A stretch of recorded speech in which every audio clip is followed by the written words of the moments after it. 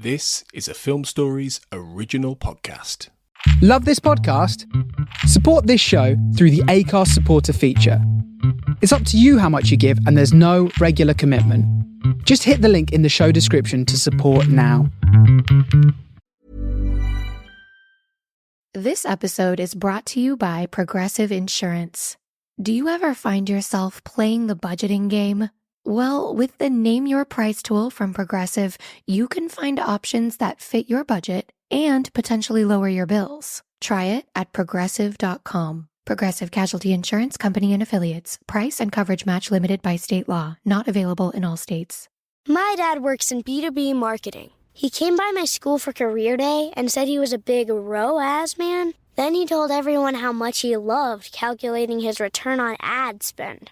My friends still laugh at me to this day. Not everyone gets B2B, but with LinkedIn, you'll be able to reach people who do. Get a $100 credit on your next ad campaign. Go to linkedin.com/results to claim your credit. That's linkedin.com/results. Terms and conditions apply. LinkedIn, the place to be, to be. Hey, I'm Ryan Reynolds. At Mint Mobile, we like to do the opposite of what Big Wireless does. They charge you a lot. We charge you a little. So naturally, when they announced they'd be raising their prices due to inflation, we decided to deflate our prices due to not hating you. That's right. We're cutting the price of Mint Unlimited from $30 a month to just $15 a month. Give it a try at mintmobile.com/switch. $45 upfront payment equivalent to $15 per month. New customers on first 3-month plan only. Taxes and fees extra. Speed slower above 40 gigabytes. See details.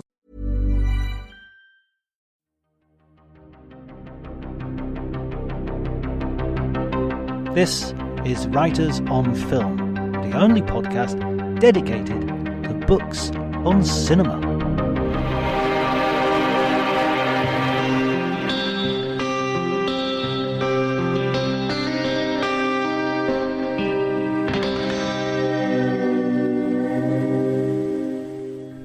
Hello everybody and welcome to Writers on Film. My name is John Bleasdale. I'm a film critic and writer, and today I am delighted to be talking to Ian Christie, a renowned film scholar. He has been a regular contributor to Sight and Sound, and he has worked substantially on earlier Soviet cinema as well as the works of Michael Powell and Emmerich Pressburger. He has written 2, maybe 3 directors on directors books for Faber, including Scorsese on Scorsese and Gilliam on Gilliam. He's one of those guests that I've really wanted to have on for a long time, so I'm really pleased to get him on. Thank you very much as well for the support while I was in Cannes. I hope you enjoyed the diaries and the special reports that I took out. Over the summer I will be attending several festivals, so I will be kind of copying that format throughout the summer so that you keep getting regular episodes. So this will be more Writers on Festivals for some of those episodes, but I will keep a steady diet of Writers on Film coming over the summer months, so I hope you enjoy that, and we have plenty of guests to look forward to in the coming weeks. If you enjoy this episode, please remember to like, subscribe, leave a review and spread the word on social media. Before you do that though, enjoy the conversation.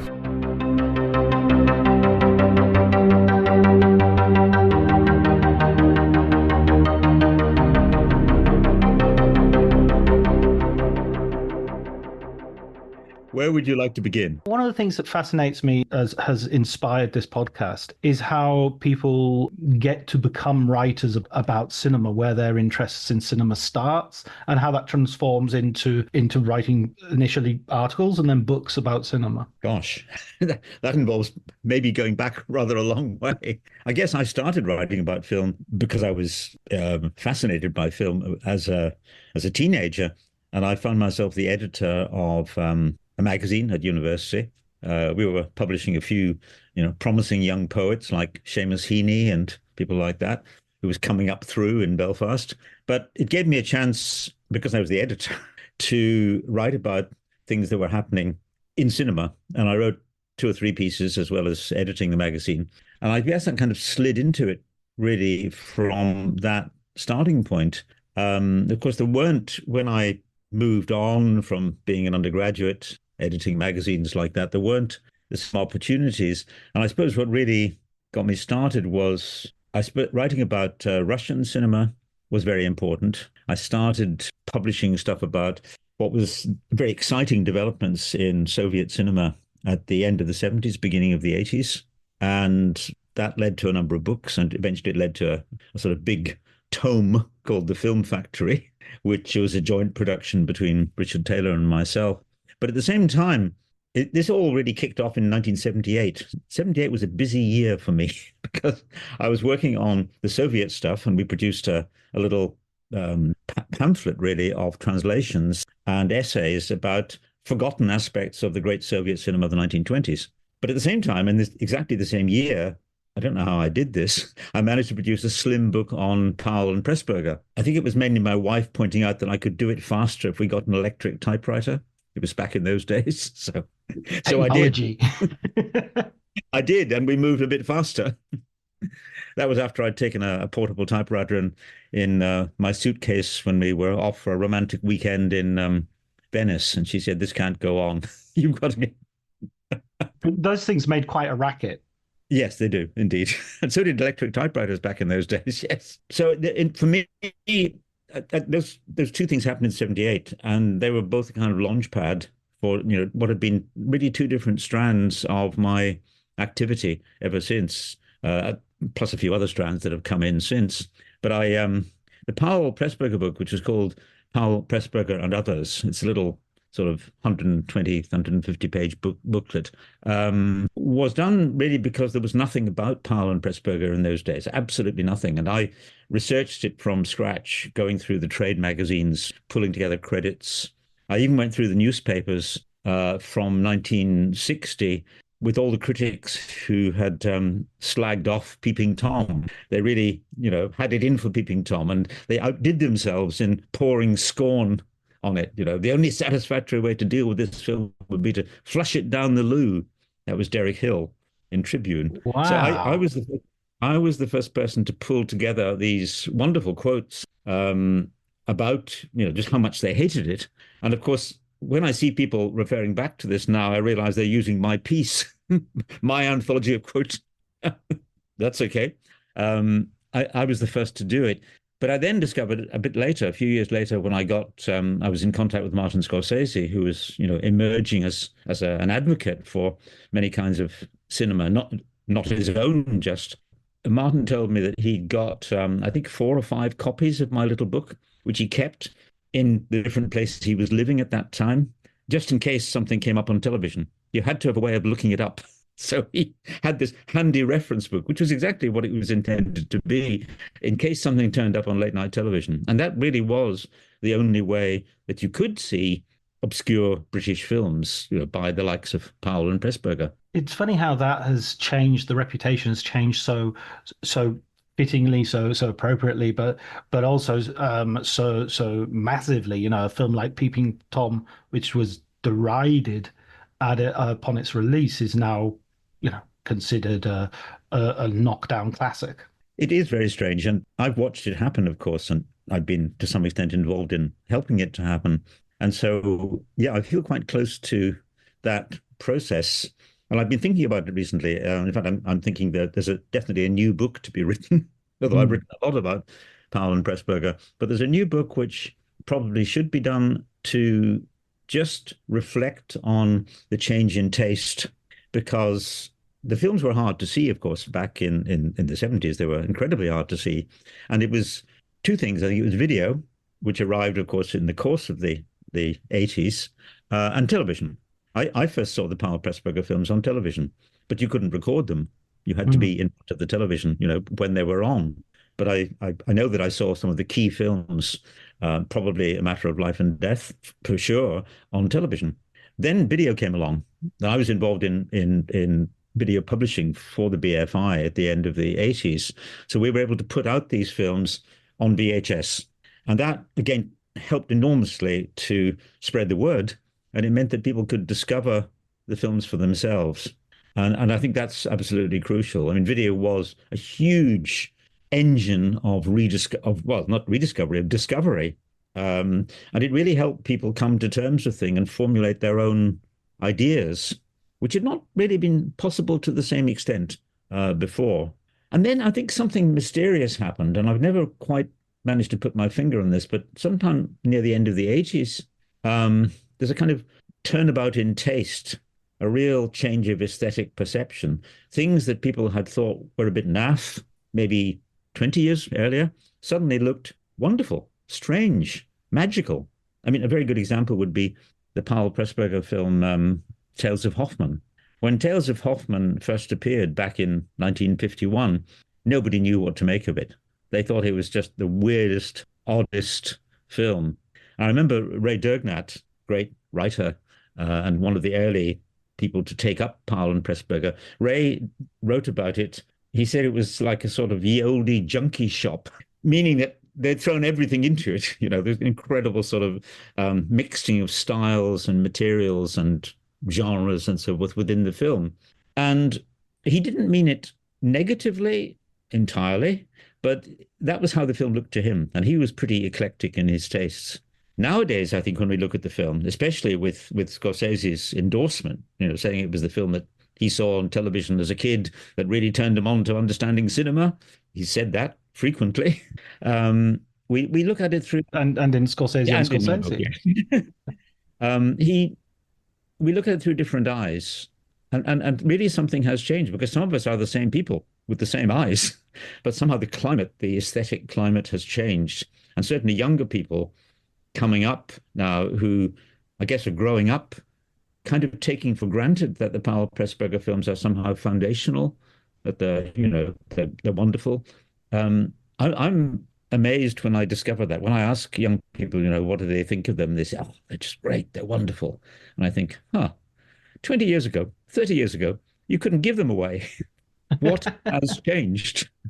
I sometimes think of it, I don't remember the source of this. It's definitely not me, obviously, but I remember somebody talking about English literature and talking about there being two poles of English literature. There's the sort of King James Bible, austere, a limited vocabulary, clarity, not using too many adverbs or adjectives. And then there's Shakespeare, the, massive vocabulary, repetition, filigreed, complicated, and one is a garden and the other is a meadow. One is controlled and the other one is wild. And I sometimes think the same can be applied to cinema, where you have people in British cinema, particularly like Nicholas Rowe, Ken Russell, and Powell and Pressburger, who represent this much more wild, a much more magical, much more transgressive form of cinema.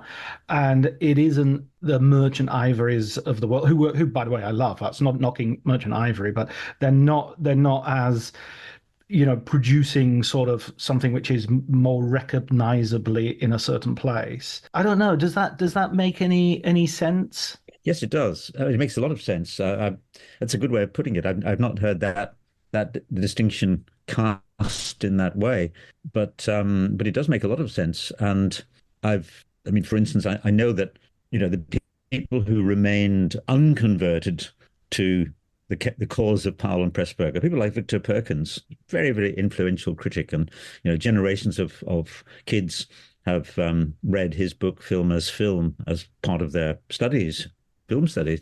Victor never saw anything in Powell and Pressburger. He remained utterly unconvinced. What were his favorite films? Max Ophuls, things like that. I mean, he revered Ophuls' work, which is very controlled, I guess. But in the case of Powell and Pressburger, in my writings about them and in my book Arrows of Desire, I cast them as belonging to a sort of Blakean tradition. It's very similar, I think, to the distinction you're making. Wild, craggy, over the top, in many ways, romantic, certainly, and all that goes with that. And I think that is the secret of their appeal. And I think what changed in the collective aesthetic taste was a much greater interest in that kind of work, and not just in cinema, but in music, in art, and so forth. I guess we only realized that Powell, for instance, could be seen as one of the neo-romantic artists that emerged in the 1940s, along with Dylan Thomas, many of the painters that he loved, Cecil Collins, John Craxton. There was a John Craxton exhibition recently, and I checked with Thelma Schoonmaker, and she said, yes, Michael was a devout admirer of John Craxton. In fact, he owned a number of his pictures. So we begin to see that they were in part of an aesthetic movement, but it was a movement that didn't really get a name and didn't really get credit until many decades later. Yeah, absolutely. And there's also that sense that, to me, my experience of watching Powell Pressburger and coming to it relatively late, via DVD, it has to be said, is that the films always surprised me. They always confounded my expectations. So I think the first one I would watch would be The Life and Times of Colonel Blimp. You know, I know the sort of idea of a stereotype of Colonel Blimp, so I'm waiting for that sort of film, and I don't get that. And then Matter of Life and Death, I'm expecting a certain film at the beginning, and it goes off in directions you couldn't possibly anticipate. And I wonder if that's something to do with the reception as well, that by defying generic expectations, people can be left dissatisfied. You know, oh, I was hoping it would be this, and it turns out to be that. Whereas 10 years along the line, you just watch them for what they are. I think that's very true. And it's it's also connected with the fact that the films have really found their mass audience, the deep audience, if you like, in the era of repeatability. First of all, it was video, and then it's DVDs, Blu-rays, etc. And that has allowed people to really get to know the films and to discover their many layers. And when I started trying to unpack the layers of, a film like Blimp, I published a special edition of the screenplay of Blimp, in which I kind of dug into what we know about how they assembled the film. And I discovered there were like 3 layers to it. There was what they wrote, and then there was what they shot, and then there was what they put in the film. And they're different. Mm. So it's a film which is kind of packed and selected from all the wonderful material that they generated. And there's so many kind of allusions and references and things that go off in different directions, which you can chase up. And that's even more so with The Matter of Life and Death. I wrote a book about Matter of Life and Death, which is just got republished a few years ago. And I had great difficulty squeezing all the stuff I'd found into the confines of a little BFI Film Classics book. In fact, I think they asked me to shrink it a bit because there was too much in it. But it was really just stuff that I had come up with through diving into the film and just following some of its rabbit holes, if you like. Except I would say they're not rabbit holes. They're all related to the central themes, which Blakean.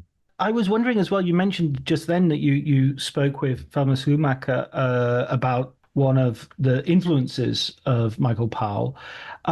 Did you had opportunities to talk to Powell and to see how he was reacting to the reassessment of his career? Oh yes, I did. I dragged him through that. I got both Michael and Emmerich to agree when we did the big retrospective at the NFT in 78, which is what I did the book to accompany. I got them to agree to come and introduce a number of the films. And yes, I guess given the difference in age, I guess I got to know them as well as anyone because they were pleased. Having been out in the cold, forgotten, they were very pleased and kind of surprised to see their films from so long ago being reassessed. I remember, for instance, a film that they remembered as a failure, which is now revered in many quarters, A Canterbury Tale. That film had been literally unseeable right up until 78, when the BBC restored it to its original shape and length. But Michael and Emmerich remembered it as a failure. For them, it was the first time that they'd met with a fairly negative critical response, after films like One of Our Aircraft is Missing and The 49th Parallel. And they felt that they hadn't explained what they were trying to do in the film properly. And I could not persuade them to actually come in and watch it again. I remember them standing outside saying, no, that was a failure. We didn't get it right. And of course, several generations since then have decided that they most definitely did get it right. But for them, of course, the memory of kind of critical rejection was still quite strong.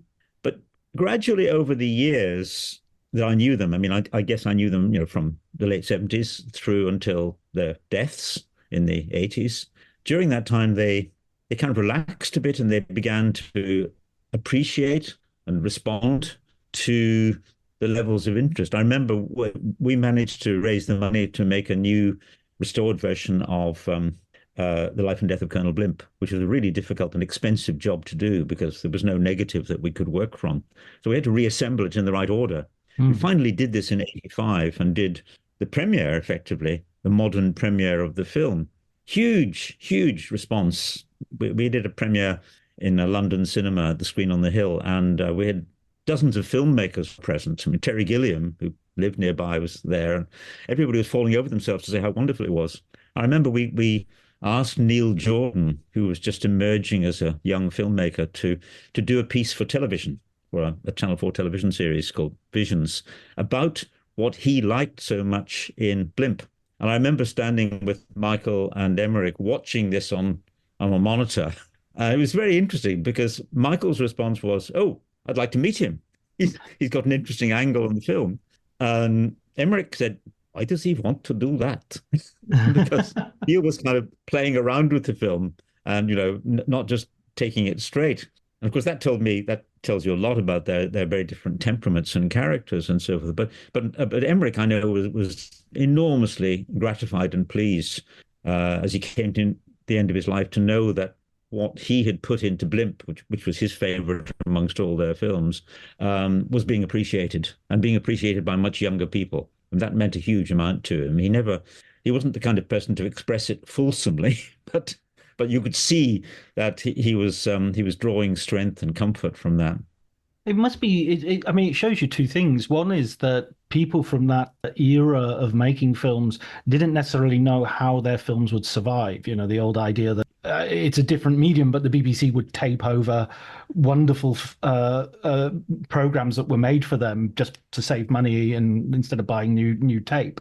And the other thing is that these artists that we revere as sort of very confident visionaries actually form their opinions of their own work via the feedback they get from the public. And if the public give them a negative feedback and critics give them a negative feedback, they're not quite as, they're not the Caspar Frederick David, wanderer above the clouds that we would like to have in our heads. They're more, they're more like us. They are indeed. And I think it's very hard for a filmmaker to sort of overcome that sense of rejection. I mean, certainly back in the time when they were making their great films in the 40s and the 50s and even into the 60s, the idea that films would be around indefinitely was pretty unusual. They didn't know if or that their films had survived. Michael Powell wrote a book about the Battle of the River Plate. And he says in the preface to the book, which is, that became their film, as it were, but he wrote a book about the story of the Battle of the River Plate because he says books are a more durable medium than film. Right. And he meant it.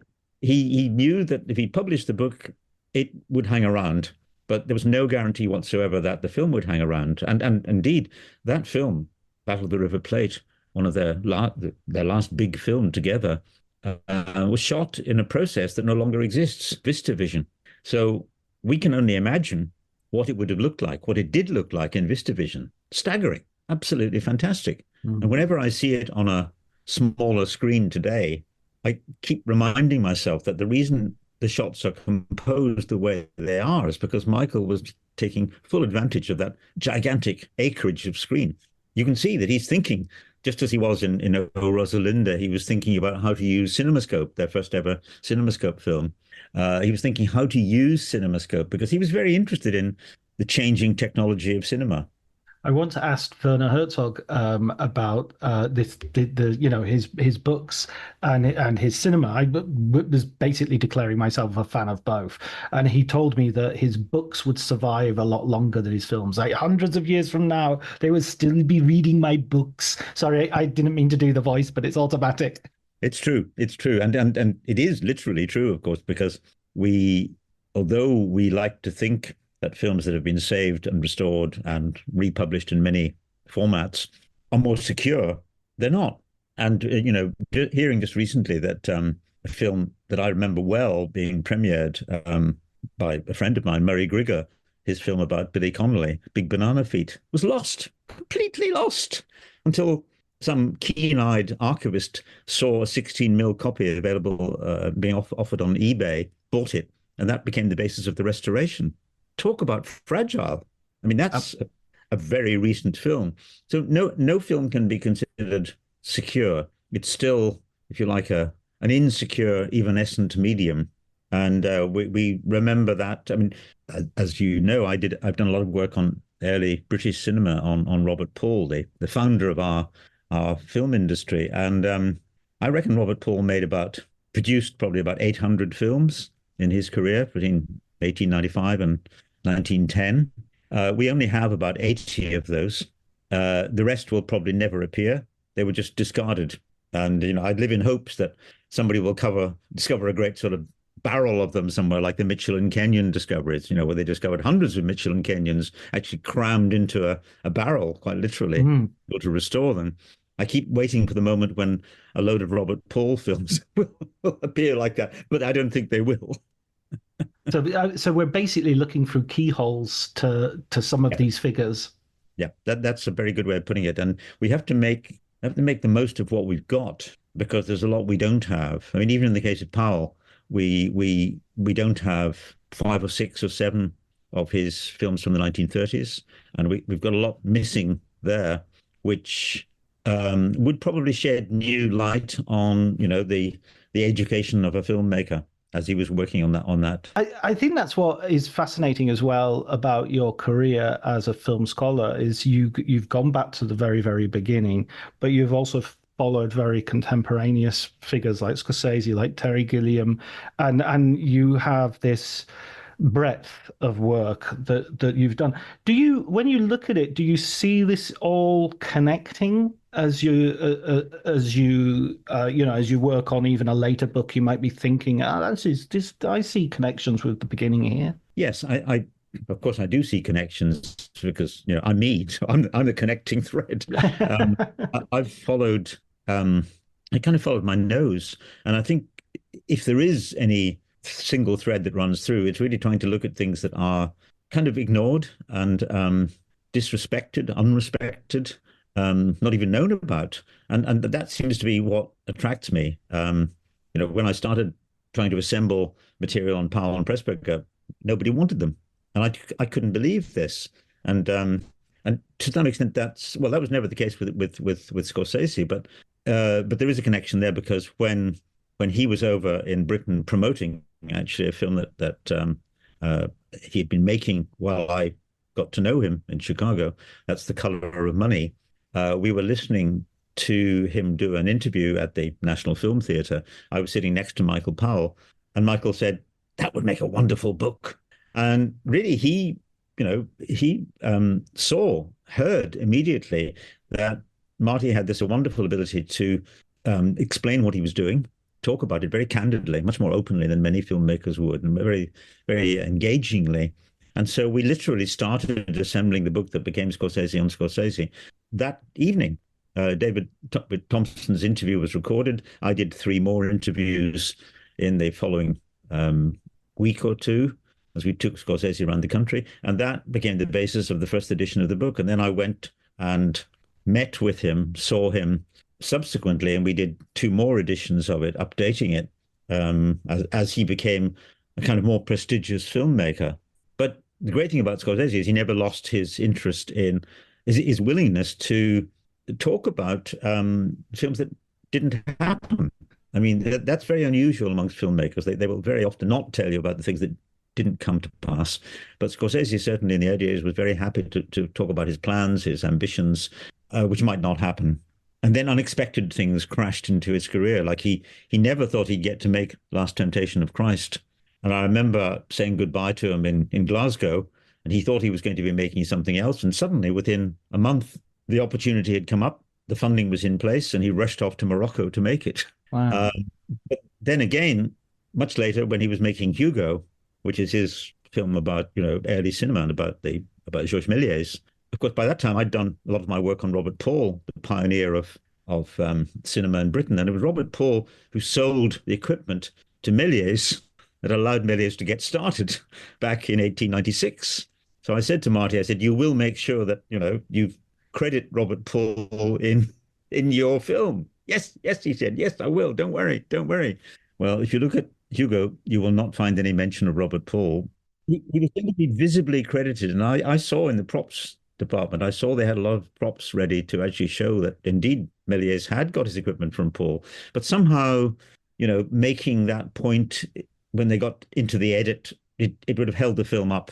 And so one of the things I regret about Hugo, and I've said this to Marty on a number of occasions, is that it doesn't really quite take the opportunity to just correct the received history, because it could have done. It's a great film, and it really captures a sense of the excitement of early cinema. And a very important aspect of it is that it captures the way that the pioneers felt discarded, because the story of Méliès is the story of, someone who was forgotten and reduced to running a toy stall only 20 years after he'd been at the top of his game. So that's something that Marty certainly identified with very strongly, but he didn't quite take the opportunity to correct the history. And so Méliès remains very well known, and Robert Paul, well, I'm still trying to make people aware of just how important he was to getting the whole idea of cinema going. There is something about the concertinaing of time as well when it comes to looking at these great figures that you, as you just said with Méliès, he's doing this massively foundational, important work helped by Robert Paul in terms of the equipment, and then only 20 years. It's like there are so many careers which take less than 5 or 10 years to really come to their peak and then decline completely. I mean, Orson Welles, I always think of as, there's not that much time between him making, Citizen Kane as his first film and making sort of his last sort of significant film that he can complete and have control over. It takes place again in the space of about 20 years. But I look at Orson Welles as almost being a country in himself. As if he spans the whole century, and of course he doesn't. No, he doesn't. That's very true indeed. You're absolutely right. These sort of fire rocket. No, that's not the right word. It's like a rocket going up, trailing sparks, and then it comes down very quickly. And the people whose careers are like that, for different reasons, of course. When I was a student back in Belfast, I actually saw Orson Welles on stage. I have to pinch myself sometimes because he came to Belfast and did a tryout for what would become, his great film, whose title, of course, I'm going to forget immediately. Or Othello, or Chimes in Midnight. Right. Oh, of course. Yes. He rehearsed it he performed it as a stage play with some of the actors who would appear in it at the Grand Opera House in Belfast. And of course, I have no very immediate memory of that, but I know I was there. I know I saw him. And that's like seeing the Beatles for a cinephile. Well, indeed, I saw them too. In '64, they came to Belfast. Nobody had a clue what they were performing because the amplification wasn't up to dealing with the level of audience noise. So we were all standing in the crowd saying, "What are they singing?" Nobody could tell. But it's short careers and careers that fizzle out. I mean, the other person that I've spent a lot of time on, I guess I'm going to be probably doing to the end of my life, is Sergei Eisenstein. And when you look at the small number of films that Eisenstein was able to actually make, I mean, it's 7.5 or 8, depending how you look at it. It's a very, very small body of work when you consider the number of projects that he had, wanted to make, could have made, and so forth. It's tiny. And instead, what he did was to pour a huge amount of energy into his theoretical writings, his essays, and his drawings. And my argument, I've published a book of his drawings, and I've written a lot about the drawings, is that you can kind of see these as, just as much part of his creative output as the great films. I mean, you may not think they're as important, but there's so much material in the drawings, as there is in the writings, of course, that you're selling Eisenstein short if you don't take that into account. I call it the third text. If you can get access to the drawings, and increasingly they are accessible. We've done this big Thames and Hudson book, which indeed, incidentally, you see how things tie up. I said to Scorsese, if I get this book together, will you write a foreword, a preface? And he said, yep, I'll do it. Many years later, we got the This episode is brought to you by Progressive Insurance. You chose to hit play on this podcast today. Smart choice. Make another smart choice with Auto Quote Explorer to compare rates from multiple car insurance companies all at once. Try it at progressive.com. Progressive Casualty Insurance Company and Affiliates. Not available in all states or situations. Prices vary based on how you buy. My dad works in B2B marketing. He came by my school for career day and said he was a big ROAS man. Then he told everyone how much he loved calculating his return on ad spend. My friends still laugh at me to this day. Not everyone gets B2B, but with LinkedIn, you'll be able to reach people who do. Get a $100 credit on your next ad campaign. Go to linkedin.com/results to claim your credit. That's linkedin.com/results. Terms and conditions apply. LinkedIn, the place to be, to be. Together, and he was in the middle of editing Silence, very, preoccupied by that, but he responded to the call, and he did deliver a really good forward to the others because he knew that was important as well. So I'm very lucky that a lot of my interests do connect up, and they mean something to the people that I'm, in contact with. And it's so fascinating as well that Eisenstein has this, once more, this sort of foundational role in creating the grammar of film language. He contributes to the concept of, the montage most famously, but in all aspects. I mean, I think you can focus a little bit too much sometimes on montage at the expense of, some of his compositions are amazing, and, the whole experience of watching the films. Sure. No, that's absolutely true. Many people have got a very kind of simplistic notion of montage, but Eisenstein kept on refining his ideas about montage all the way through his career. He was still, developing what montage meant in the 1930s, long after silent cinema was over, and right through into the 1940s. And he was looking ahead. One of his last great essay, which I love rubbing people's nose in, was about the future of stereoscopic cinema. He was absolutely convinced in 1948, beginning of 1948, that 3D was the future. He'd only seen one 3D film, the first one that was made in the Soviet Union, but he just knew that that was what cinema had to embrace. And he was also very scornful about what he's described as bourgeois critics in the West who are, decrying it. Well, they're still doing it. Sorry, go ahead. But Eisenstein knew it was important, and he knew that thinking through 3D and the implications of 3D would actually be the making of cinema. And I think that, that's a profound, utterly forward-looking line to pursue. And I've published an essay recently about immersive experiences, which has got a very long history, going all the way back into the 18th century and earlier. People have been trying to come up with immersive media. Now we have digital immersive media, and they're still looking for, if you like, cultural respectability. They don't get it, seen as a gimmick. And as I say in my essay, Eisenstein, would have understood perfectly what the makers of digital immersive experiences are trying to do. I mean, he might not have thought they were doing it right yet, but he would have understood that urge, that impulse to harness immersive technologies and do something with them, just as he did at the end of Ivan the Terrible. He's finishing the film, and great difficulty at the end of the war. The Soviet army has captured Agfa film stock as a trophy. They brought it back to the Soviet Union. Eisenstein sees his opportunity, grabs it, and puts a color sequence into the end of Ivan the Terrible. And there it is for us to enjoy. That was sheer opportunism for him. The banditry involved in exactly. That's what the artist bandit, the artist. Yeah, exactly. And he didn't even, the film hadn't even been released when he died. In February 48, he died, and the part 2, which has the color sequence in it, was banned.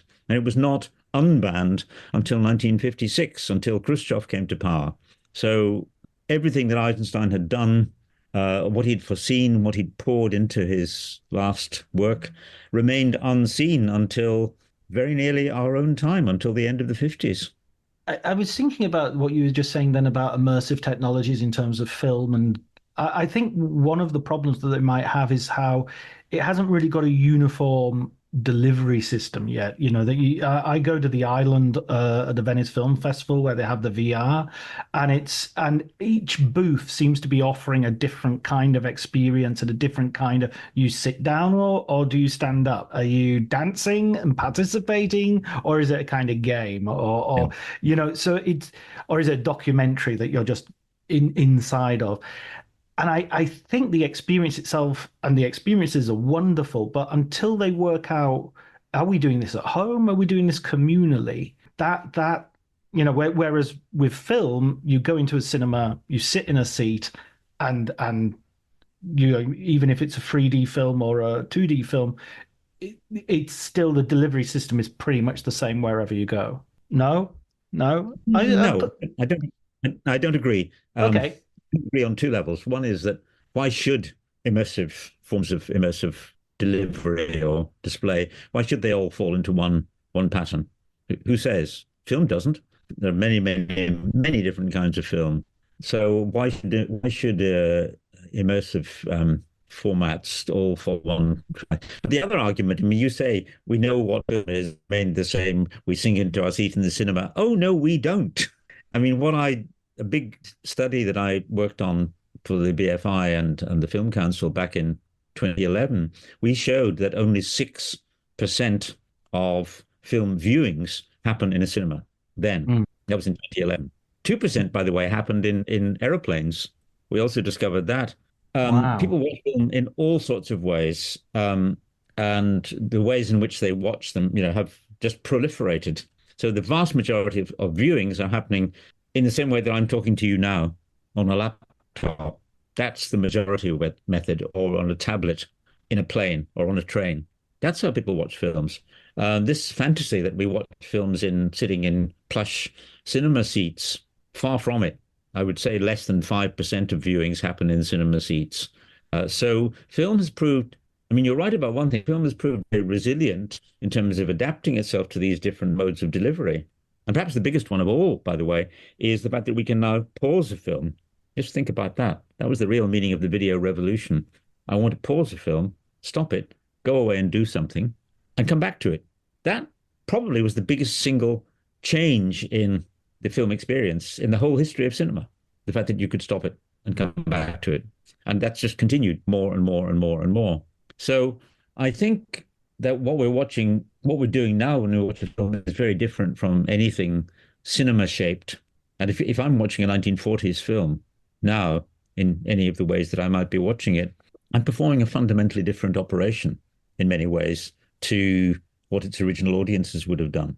Now, I'm going to play the Joker and allow myself to U-turn on this completely and say, is that therefore speaks to the resilience of film, that it can be so adaptable and can be done in this way. And maybe that is the problem of the immersive experience, that you have to go and do it in one particular way in order to, you know, so the opposite of what I just said. No, you're moving quickly on your feet. That's absolutely true.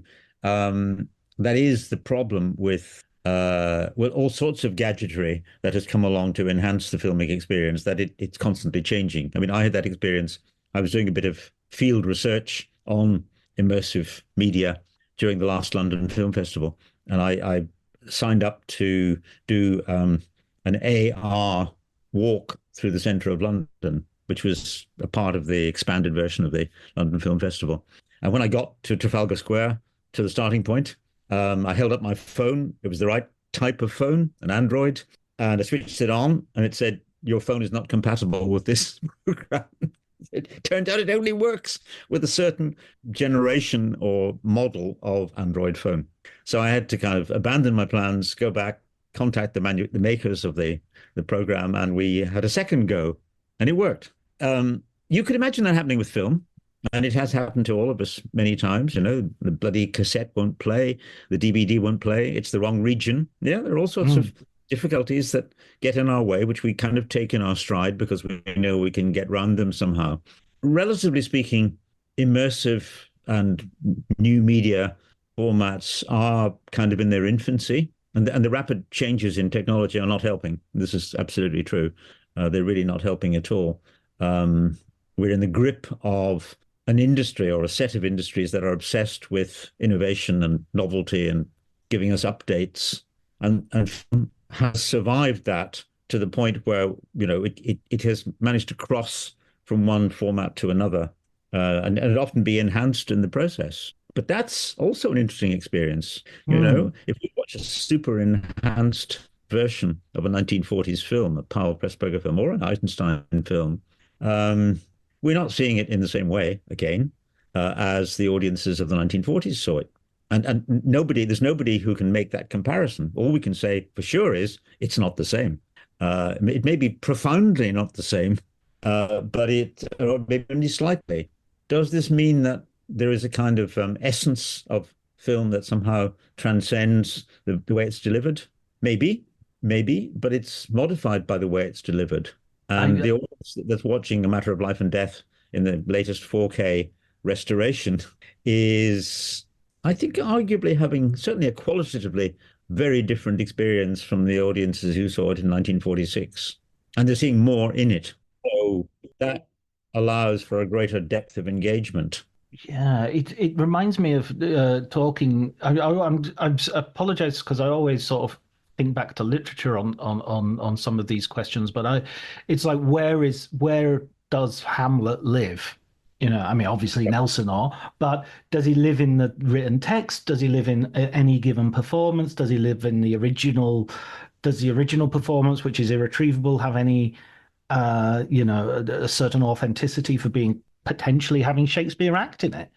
Or does it live in the films, or does it live as a sort of emergent property above and beyond all of that? It's sort of Hamlet becomes a language that these are all different iterations of. And so the same is going to be true maybe of film. Yeah. No, it is. I think it is already the same is true, that it's the sum total of the different modes of performance or experience. And Frank Kermode, who was a great literary critic, who I got to know in the last years of his life, turned out he was really interested in film, but he'd never written about film. And I managed to tempt him to come onto a radio program that I was doing and talk about his interest in film. But Frank Kermode wrote he gave a series of lectures on the idea of the classic, which I think is absolutely foundational. I encourage people to read it. And in those lectures, he says, what do we mean by classic? We mean a text which is capable of being fundamentally reinterpreted from completely different standpoints through a period of time. So, we call, I don't know, a text like Dante's Purgatorio, or the whole sequence of Dante. That's something which has been passed down through the centuries, radically reinterpreted, has given rise to its own imitations, its own modifications, its own forms, etc. It is distinct. Well, it's separate from any of the instantiations, any of the texts which are its bearers, as it were. And for Kermode, that's the definition of a classic. A classic is something which is capable of being reinterpreted radically, differently down the years. It's true of film. If you look at what was valued about a film in the 1930s, and then look at it, if it survived in successive decades, people see quite different things in it. And that's what makes some films classics and others not. And sometimes we look at different sort of genres which were never purposed as, I'm thinking of sort of, I don't know, Italian gialli or something like that, which were never produced with the idea of this will survive and be regarded as a classic of cinema. And yet they have achieved that because we now look at that genre in a totally different light to the way it was perceived and conceived at the time of its production. Yeah, that's absolutely true. The even more classic example would be the Western. Right. The idea of putting Westerns on a pedestal and talking about classic Westerns and great filmmakers who devoted their chunk of their career to making Westerns, that is a very modern idea, really. It's an idea that I would say comes from the 1960s at the earliest and developed through the 70s and through the 80s. But it certainly wasn't the case in the 1930s. And, when John Ford famously turned up at a meeting in Hollywood and said, "I'm John Ford, I make Westerns." He wasn't boasting, as it were. On the contrary, he was establishing the fact that he made actually one of the lowest and most despised genres, something that had been just the bread and butter of cinema from the previous 20, 30 years. So that, yeah, we can canonize. And I think this is this process of canonization of creating canons of excellence, which is also something I've written about, is really interesting, because often you get people, especially when it comes to making up lists, who say, "I don't believe in lists, I don't believe in canons." To which I say, it doesn't matter whether you believe in canons, they exist. They exist whether or not you believe in them, because they're what drives the scale of values. They're what drives what gets revered, valued, awarded, restored. If a film or a filmmaker isn't in a canon, as it were, their film doesn't get restored, and nobody writes about it. So canons are a very powerful kind of underpinning reality, I think, and they change. I mean, they definitely change. That's what's so interesting about I've been involved with the Sight and Sound, 10-yearly poll for the last, I don't know, 30 or 40 years. I was involved in helping to run it at various stages when I worked at the BFI, and for the most recent one, I actually was invited to help expand the base of people who contribute to it. Including me. Fools that you are! You let me in! Yeah, my lips are sealed about who I brought on board, but look what happened. Look what happened. Riff-raff. Chantal came out on top. And then that took a lot of people by surprise. That's partly a result, of course, of polling a wider range of people. Not just more people, but a wider range of types of people in different places. But the evolution of canons and how things, become canonical and indeed stop being canonical, that's interesting too. No, the Western to some degree. I think you're right. I think what the experience of Westerns in the last, let's say 20 years or so, roughly, has been of constant surprise when a new star Western appears. People say, "Gosh, isn't it amazing? People can still make, something different and unusual and etc." As if that hadn't been going on through the entire history of the Western, which of course it has been. And that is pretty intriguing. I mean, once upon a time, say, Dances with Wolves was treated with real reverence, even, or respect, certainly. Now it's become a sort of whipping boy in many ways. And yeah, those standout art Westerns that we've seen over the last, well, it's a longer period, after the last 30 or 40 years or so, are films that have been made with a deep consciousness on the part of those making that they're making them against the backdrop of decades of forgotten Westerns. So they're kind of trying to climb up the pile and say, look, you can still do things with the materials of this old genre. That's what Scorsese has done with his having finally made his Western. With Killers of the Flower Moon. Killers, exactly. Yeah, he didn't like it being described as his Western, but of course it is, and it conforms in many ways to the requirement for a modern Western, which is to make it new and to colonize some area of the historical Western material which hasn't been really dealt with before. There's a sort of one of the threads that you can trace back through the history of the Western is when somebody has brought, the first telegraph into the Western, the first this, the first that, etc., the first fridge, truck was carrying fridges, and things like that. All of those, there's a moment where you can use the novelty of introducing new elements, new historical elements, usually into the Western, which sort of reanimates the genre and shows that it's at bottom, it's still dealing with the same dramatic essentials, but it can be remediated, let's say.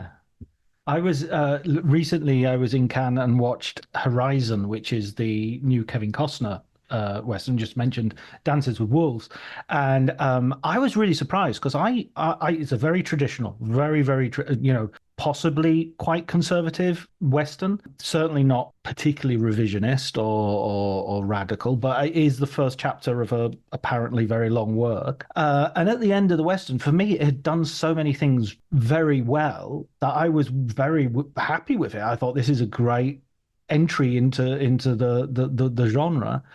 And I, as you do at Cannes, I was applauding at the end of the screening and quickly realized I was the only person in the room applauding. And around me, people were kind of scoffing and groaning. And I was, oh, am I so... I appear to be not in the middle of the critical, whatever this is, the critical moment, you know. That's something which can happen to you in Cannes. I remember I went to Cannes for decades when I worked for the BFI. I think I did about 35 Cannes film festivals, which is probably more than a human being should do. But I remember during one of them, there was a Chantal Akerman film showing.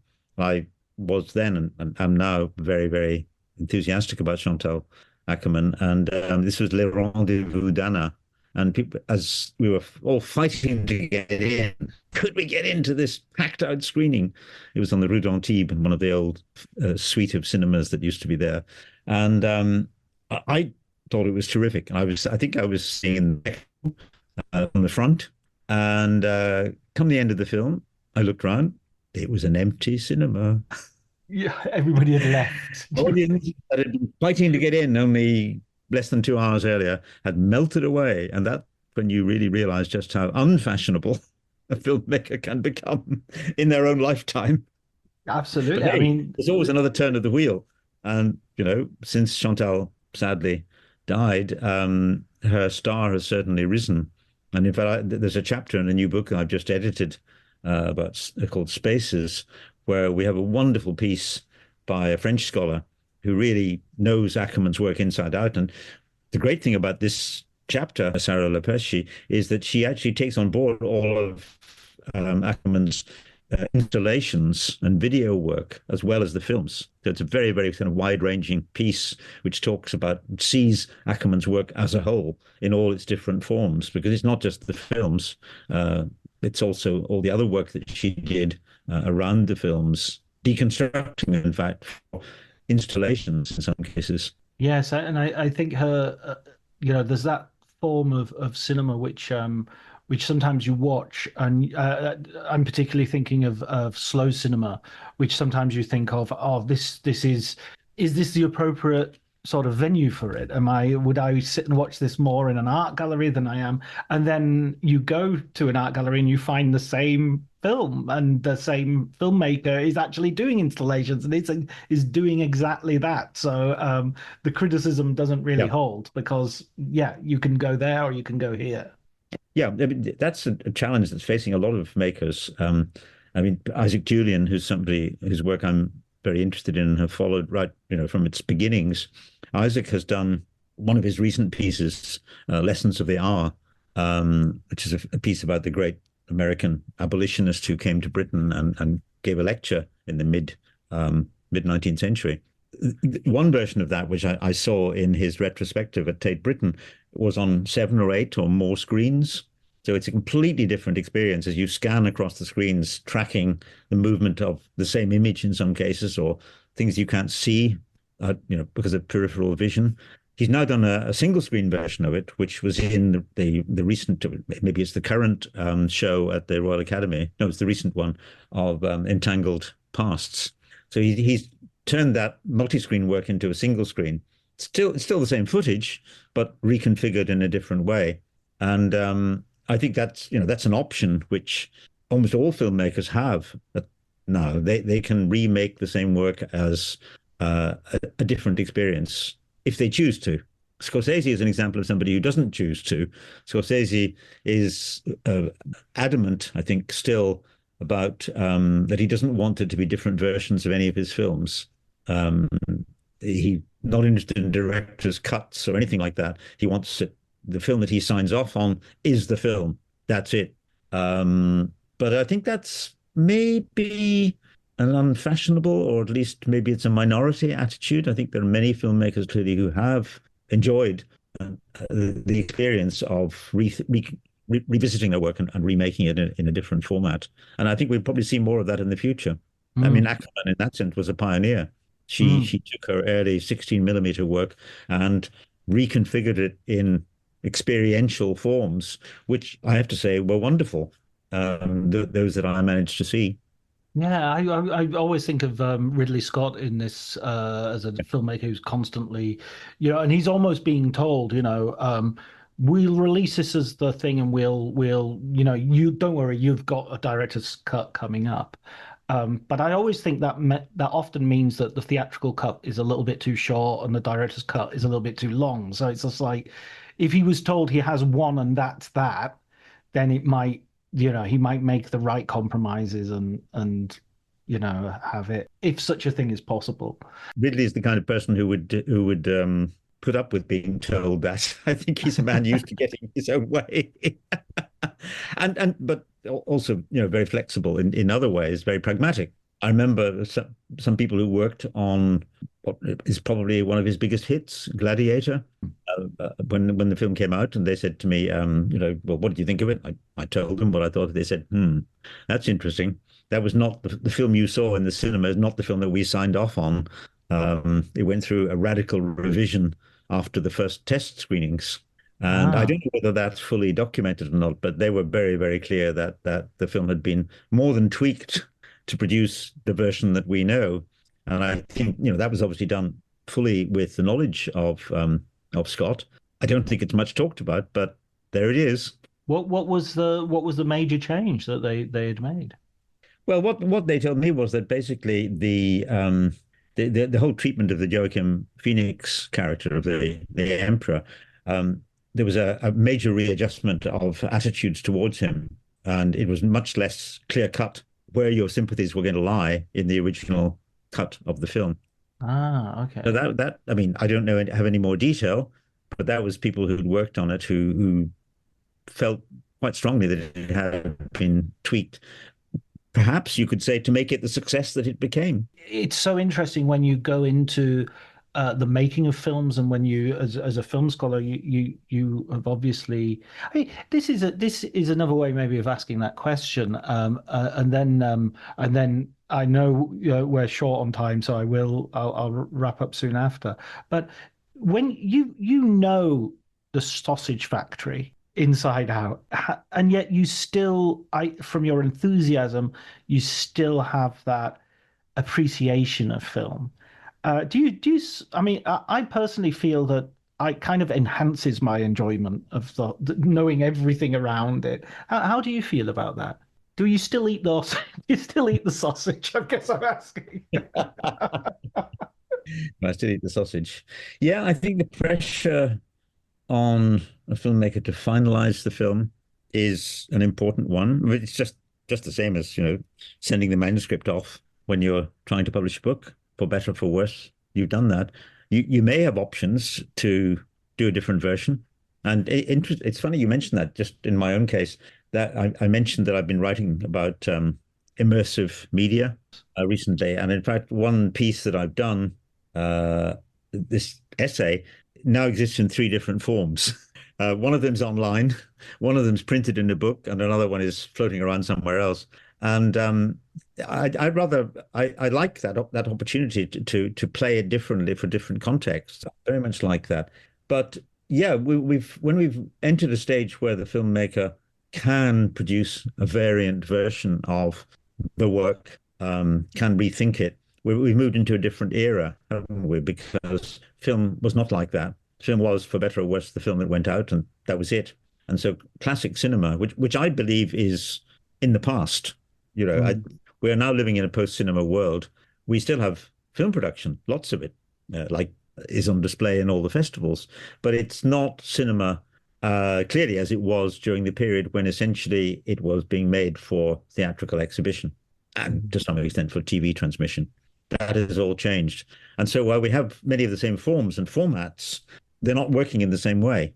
And what is happening at the moment is that the form of the multi-part streamed series, which is obviously the major dramatic form of today, it's what most people watch, most of the time, is not being given the same kind of kudos as the single feature film.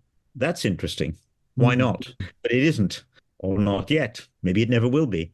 But so we have curiously come full circle round to the fact that when Dickens had a new novel in mind, he first of all writes it in installments, he publishes it in installments, and then he puts it together in a book. We've come full circle. That's possible. I love the way as well Dickens was often writing the beginning installment of his next novel as he was writing the last two installments of. So if you read his books, they're always brilliant at the beginning because he's excited, and they often have quite weak endings because he's obviously running out of steam and he's already actually, I'll write Martin Chuzzlewit in the morning and then I'll write the next one in the afternoon. Absolutely. And there's a new Brian Eno documentary as well where they're actually shuffling the scenes for every single screening. And so how can we talk about that meaningfully as it's like as critics, we're going to have to move with the times. Absolutely. Moving with the times is what it's all about. Remediation. It's the name of the game. Excellent, Ian. Just a very quick last question, which is, have you got a recommended film book you could give our listeners so they can explore further? Other than my own. All of your own come highly recommended by this podcast. I don't think there's anybody listening to this podcast who is not at the moment ordering a bunch of your books. Oh, I'm pretty sure there are. Well, I mean, what do I think are the really interesting and useful books? I mean, I go back to André Bazin. But I go back to Bazin with some irritation because the version of Bazin that we've got in English, this rather paltry edition put out by the University of California Press, terrible. The translations are bad and the selection is pretty erratic. And if you do go back to the big Bazin collection, which exists in French, you find he wrote about so much more. I mean, Bazin was the 3D enthusiast. You would never guess that from stuff that you read in the English edition. He was enthusiastic about novelty and innovation of all kinds. So that I think is really interesting. I think that Bazin is still tremendously useful. I think the best modern writer who sadly left us quite recently, a matter of months ago, is David Bordwell. And I think that David's work, I always feel that if you're going to put a book in the hands of somebody who is unconvinced about the significance of cinema, it would generally be a book by David, because I think that David kind of played it straight and really tried to take cinema seriously without getting, pompous about it. And it was great knowing him and seeing his work emerge, and knowing. I did a book recently about the Russian movement that was happening at the same time as Eisenstein, the factory of the eccentric actor, FX.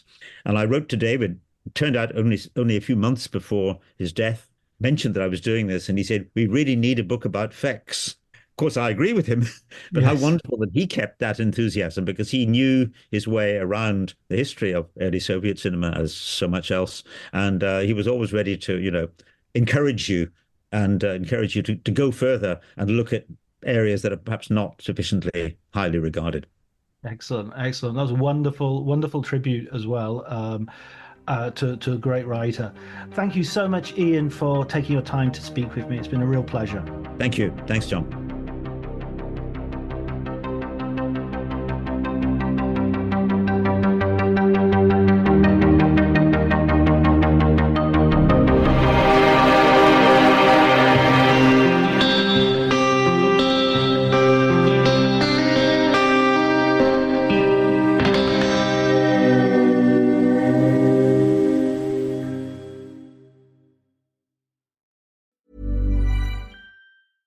Selling a little or a lot? Shopify helps you do your thing however you cha-ching. Shopify is the global commerce platform that helps you sell at every stage of your business. From the launch your online shop stage to the first real-life store stage, all the way to the did we just hit a million orders stage. Shopify is there to help you grow. Shopify helps you turn browsers into buyers with the internet's best converting checkout. 36% better on average compared to other leading commerce platforms. Because businesses that grow, grow with Shopify. Get a $1 per month trial period at shopify.com/work. Shopify.com/work. This episode is brought to you by Progressive Insurance. Fiscally responsible, financial geniuses, monetary magicians. These are things people say about drivers who switch their car insurance to Progressive and save hundreds. Visit Progressive.com to see if you could save. Progressive Casualty Insurance Company and Affiliates. Potential savings will vary, not available in all states or situations. My dad works in B2B marketing. He came by my school for career day and said he was a big ROAS man. Then he told everyone how much he loved calculating his return on ad spend. My friends still laugh at me to this day. Not everyone gets B2B, but with LinkedIn, you'll be able to reach people who do. Get a $100 credit on your next ad campaign. Go to linkedin.com/results to claim your credit. That's linkedin.com/results. Terms and conditions apply. LinkedIn, the place to be, to be.